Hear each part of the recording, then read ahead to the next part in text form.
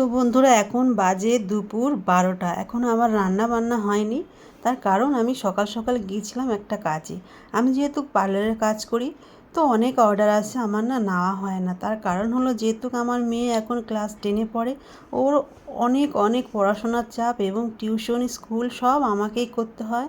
দাদাভাই একটুও সময় পায় না। তো যার জন্য না আমি কোনো অর্ডার নিই না। তো যাই হোক, অনেক দিন পর আজকে একটা অর্ডার নিয়েছিলাম, সেই কাজটা করে এইমাত্র এলাম। এসে এই যে সব কিছু রেডি করেছি রান্নার জন্য। আর দেখো একটা ভালো জিনিস নিয়ে এসেছি, পুঁই শাক। এবছরের প্রথম আমরা পুঁই শাক খাচ্ছি। এখানে না পুঁই শাকটা পাওয়াই যায় না আমাদের এখানে। তো কি বলবো, এই জিনিসটা খেতে এত ভালোবাসি। আর আমরা যে সময় বাড়িতে যাই, মানে যে কদিন থাকি, প্রায় প্রত্যেক দিনই আমরা পুঁই শাক চচ্চড়ি খাই। তো আজকের আমি পুঁই শাকের তরকারি করব, একদম মিঠুলিওয়ালা। তো মাছ ভেজে নিচ্ছি, মেয়ের জন্য পনির রান্না হবে। তো চলো রান্না বান্না করে নিই। তারপরে এই যে স্নান টান করে একদম রেডি হয়ে গেলাম।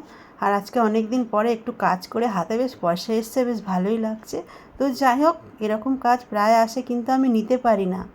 তবে অনেক দিন পর আজকে অর্ডারটা নিলাম, বেশ ভালোই লাগছে কাজ করে। আর যাদের কাছে আমি কাজ করতে গেছিলাম, তারা আবার আমাকে ছাড়া অন্য কাউকে দিয়ে কাজ করাবে না। এটাই হলো তাদের একটা মানে ভালোবাসা আমার প্রতি। তো যাই হোক, তোমরা শুধু মনে করো ভিডিও বানাই না, আমি অনেক রকম কাজ করি, সব কিছু আমি ভিডিওতে দেখাই না। তো যাই হোক, রান্নাবান্না তো সবই কমপ্লিট। চলো দেখিয়ে দিই কী কী রান্নাবান্না করলাম। এই যে মেয়ের জন্য বানিয়েছিলাম পনির। তো মেয়ের খাওয়া হয়ে গেছে, মেয়ে যেহেতু পড়তে যাবে একটু আগেই খেয়ে নেয়। আর দাদাভাই আজকের খেতে আসবে না, আমি একাই খাবো।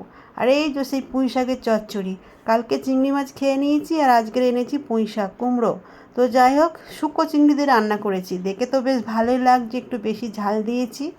আর এখানে করেছি একদম পাতলা করে আলু ঝিঙে জিরে বাটা দিয়ে রুই মাছের ঝোল। আমি নিজে সিলেতে জিরেটাকে বাটলাম, বেশ ভালোই লাগে হালকা পাতলা ঝোল খেতে।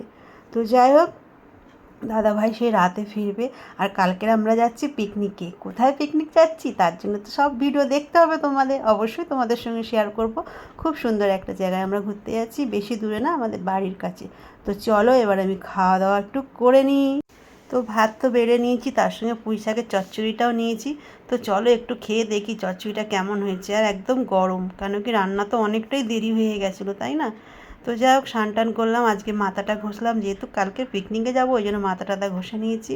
উফ, দারুণ হয়েছে, একদম গরম, খেতে একটু প্রবলেম হচ্ছে। আর আমি না গরম গরম খাবার একদমই খেতে পারি না, আমার যেন কেমন একটা হয়। তো যাই হোক, ফ্যানও চালাতে পারছি না, মেয়ে বলছে মা ঠান্ডা লাগছে। তো চলো, সবাইকে শুভ দুপুর।